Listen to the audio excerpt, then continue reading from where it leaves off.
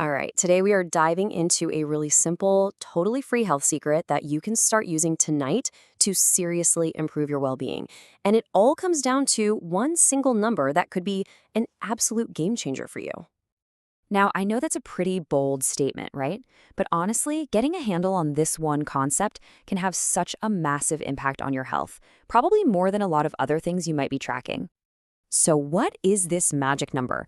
Well, just imagine a single metric that could tell you how well you're dealing with stress, how your diet's holding up, and even how fit you are, all before you even shut your eyes for the night.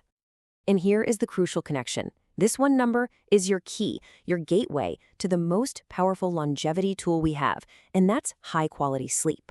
Because let's face it, if you aren't sleeping well, you're missing out on your body's most important repair time. Period. And the stakes here are incredibly high. I mean, poor sleep isn't just about feeling a little groggy. It's tied to a higher risk of death, to weight gain, high blood pressure, and get this, it can even temporarily drop your functional IQ by a whopping 12 to 15 points. That's insane. So, what is this nightly signal we're talking about? In this first part, we're going to decode exactly what it is, what it stands for, and why it's such a powerful window into your health. We're talking about HRVs. HRBS stands for heart rate before sleep. And yeah, it's exactly what it sounds like. It's the number of times your heart beats per minute right as you're about to doze off. You can think of it as a final daily check-in, a single number that basically summarizes how your body's doing. And this isn't just some random number. It's this incredible little window into your entire system. It gives you clues about your fitness, your metabolic health, what you ate a few hours ago, and how well you're managing your stress. It's a surprisingly complete picture. This slide just lays it out so clearly. On one side, you've got a low HRBS. That means your rest and digest system is in charge, getting you ready for deep, restorative sleep. But a high HRBS? Well, that means your fight or flight system is still fired up, which makes getting quality rest pretty much impossible. Okay, so I'm guessing you're probably wondering, what's my number? So let's get into the practical side of things, how you can actually measure your own HRBs tonight and what kind of number you should be aiming for. The good news is it's incredibly simple. Just lie down, relax for about a minute, and take some nice, deep breaths. If you've got a watch or a ring that tracks your heart rate, just pop open the app. If not, no problem. The old school way works perfectly. Just find your pulse, count the beats for 15 seconds, and multiply by 4. That's it. That's your HRBS. So, what's a good number to shoot for? Well, a really fantastic HRBS is right around 50 beats per minute. A score like that usually means you've got an efficient heart and a very relaxed nervous system. It's what you often see in people with great cardiovascular fitness. But please, and this is really important, do not worry if your number is in the 60s, 70s, or even higher. The goal here is not to be perfect overnight. The most exciting thing about HRBS is that you can make real, noticeable progress really, really quickly. And that brings us to the most important part of this whole thing, the exact game plan you can follow to take control, start lowering your number, and unlock a way better night's sleep. The number one key to getting this right is timing. As you can see, the whole idea is to create a kind of buffer zone before you hit the pillow.